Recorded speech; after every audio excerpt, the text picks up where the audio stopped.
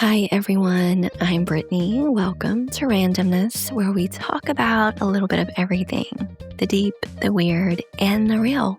So take a breath, open your mind, and let's get into it. Today, we are going to be talking about something that affects so many people, but is wildly misunderstood: codependency. Now, before you tune out thinking, well, that's not me, I'm just a caring person. Okay, stick with me, because codependency isn't about how much you care. It's about losing yourself in the process of caring. It's about making someone else's problems your problems, about feeling responsible for other people's emotions, about needing to be needed so badly that you will sacrifice yourself to feel valuable. And codependency doesn't make you weak or broken.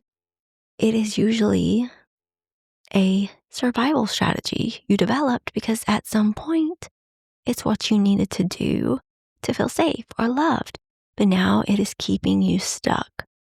So let's break this down. What codependency actually is, where it comes from, how to recognize it, and how to heal it. Let's start with what codependency isn't. It's not being close to someone, caring deeply about people, being in a committed relationship, supporting someone you love, having mutual dependence, which is actually healthy. Codependency is when your sense of self, your worth, and your emotional state become dependent on another person.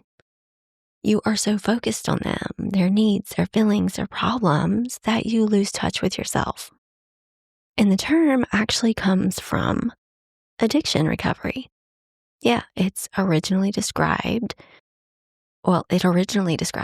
the partners and family members of alcoholics who became so consumed with managing the addict's behavior that they lost themselves in the process. But we have learned that codependency shows up way beyond addiction. It's a relationship pattern where you define yourself through others. Your value comes from being needed, from helping, from fixing. You have weak or non-existent boundaries.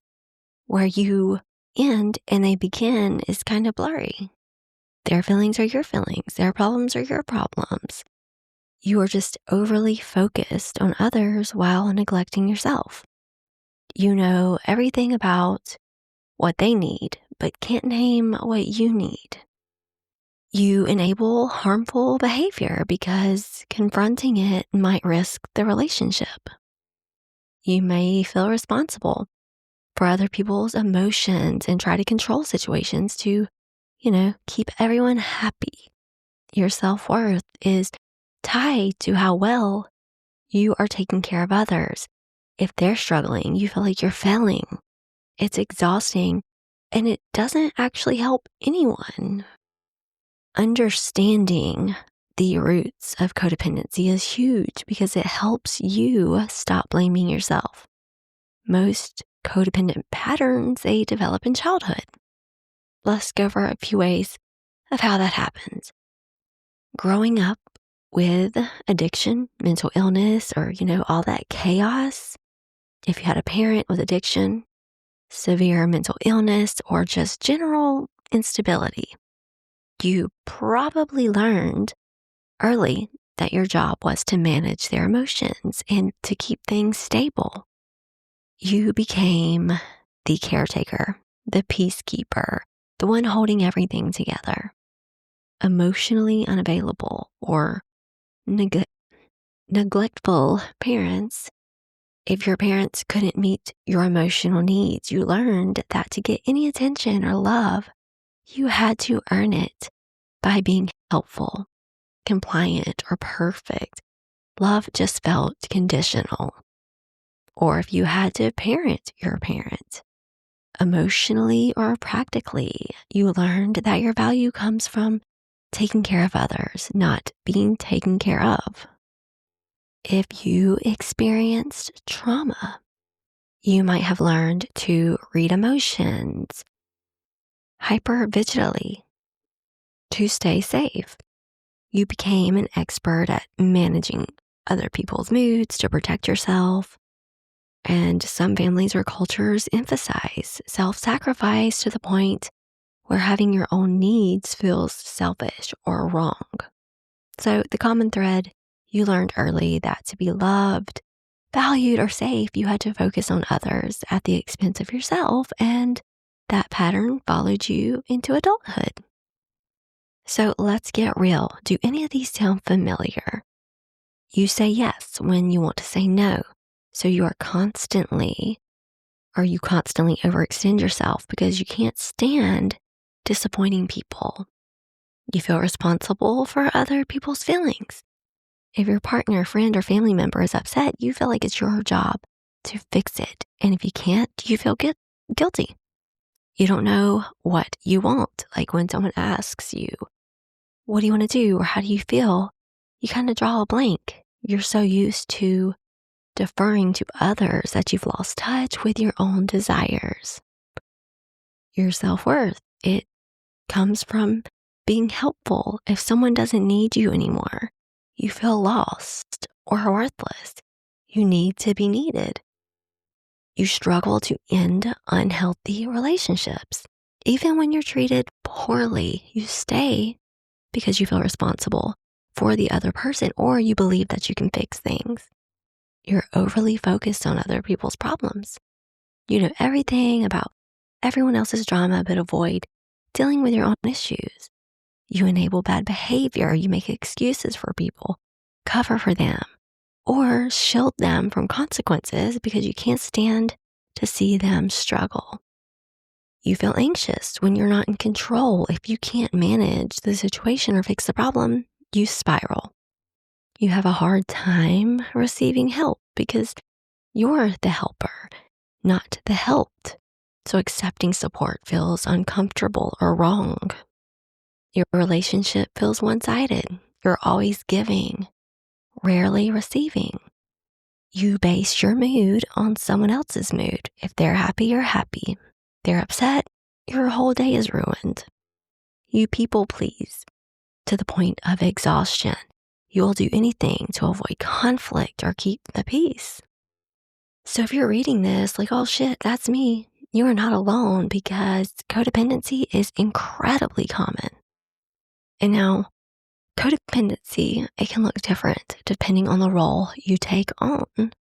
So here are the common patterns.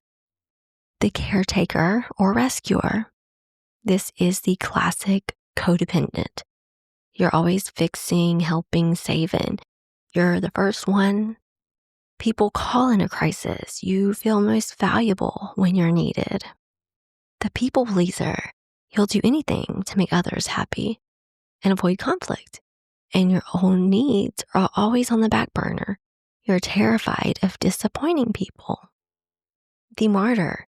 You sacrifice yourself and then feel resentful about it, but you can't stop doing it because suffering feels like love. You know, like, look how much I do for you. Then there's the controller. You manage everyone and everything because if you're in control, nothing bad will happen.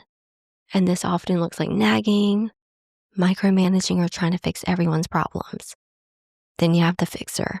You see everyone's problems as puzzles that you need to solve.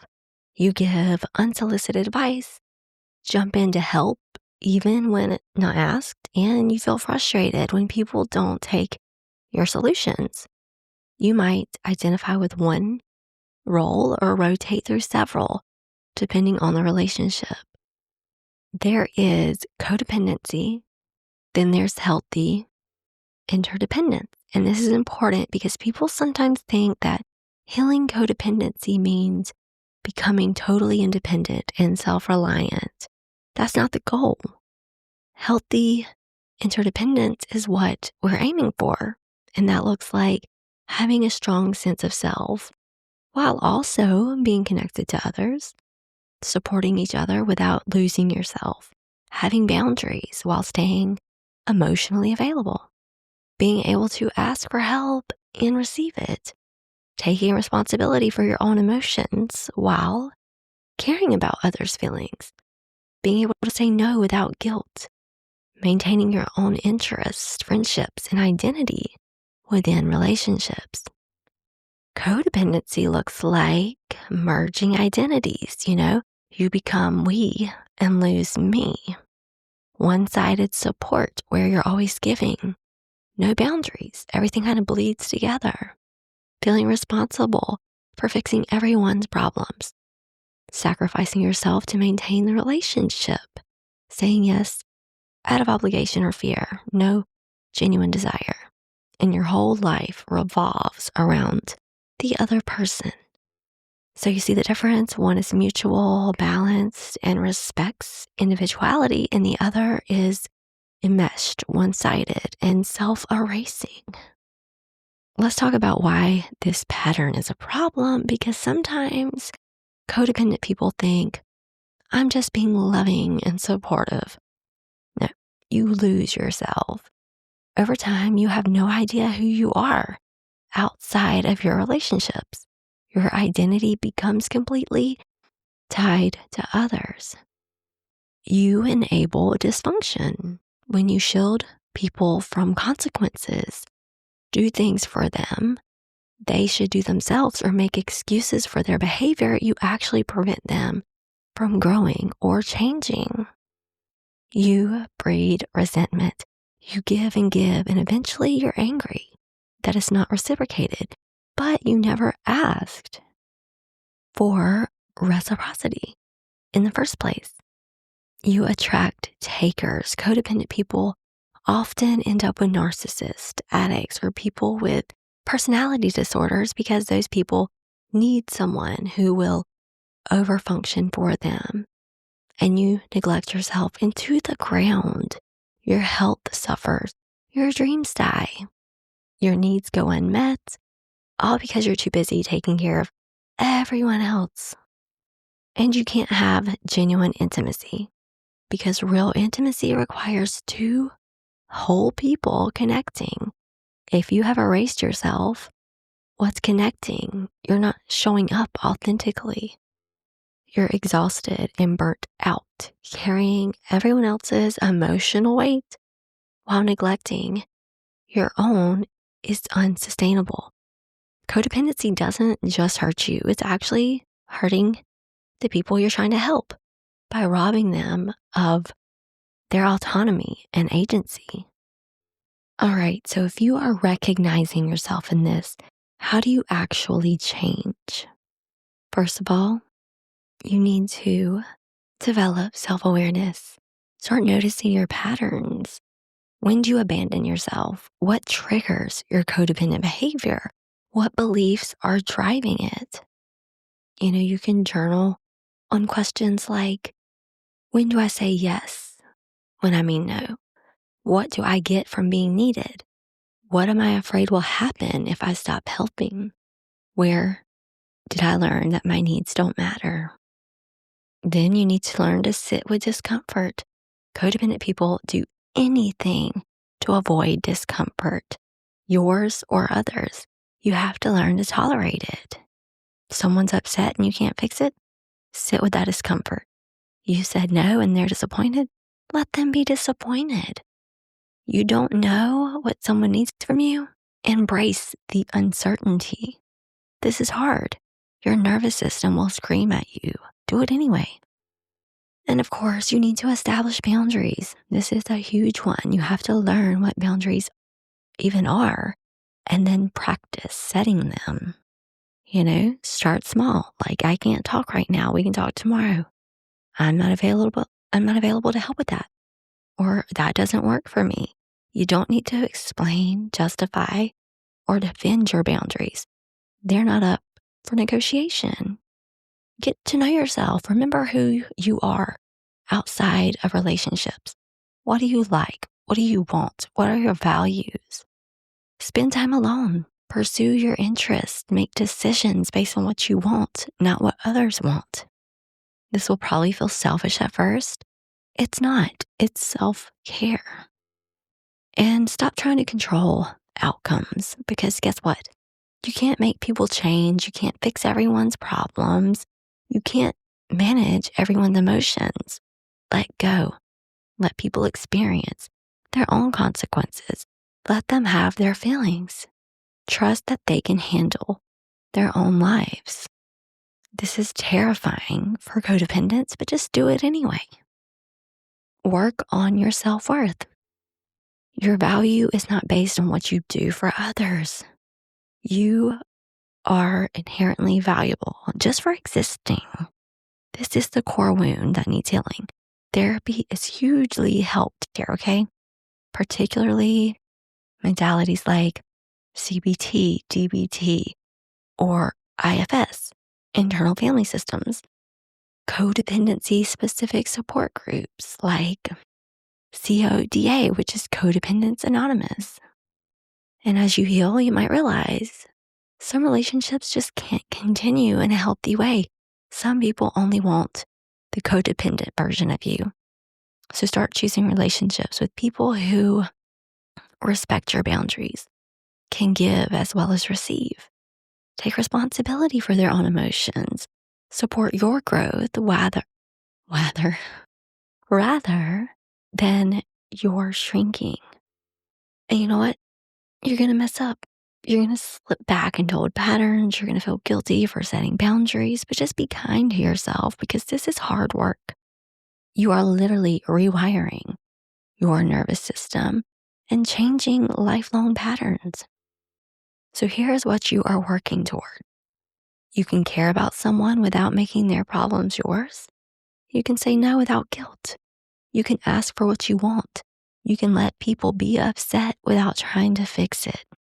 You can maintain your identity while being in relationships. You can recognize when someone is taking advantage and walk away. You can sit with your own discomfort instead of immediately trying to escape it. You know your worth isn't based on how much you do for others. And you have energy because you're not exhausting yourself trying to manage everyone. And you attract healthier relationships because you're showing up as a whole person. And no, this doesn't happen overnight. It's a process. Just be patient with yourself. Here is something interesting though, okay? When you start healing codependency, relationships that were working often fall apart because they were working for the other person who benefited from your codependency. So when you stop over functioning, they have to step up. And some people just don't want that. So partners might accuse you of being selfish. Friends might drift away. Family might guilt trip you. This is painful, but it's also information. It shows you who was in relationship with the real you versus who was in relationship with what you could do for them. The right people will adjust and appreciate the healthier version of you. The wrong people will leave and just let them.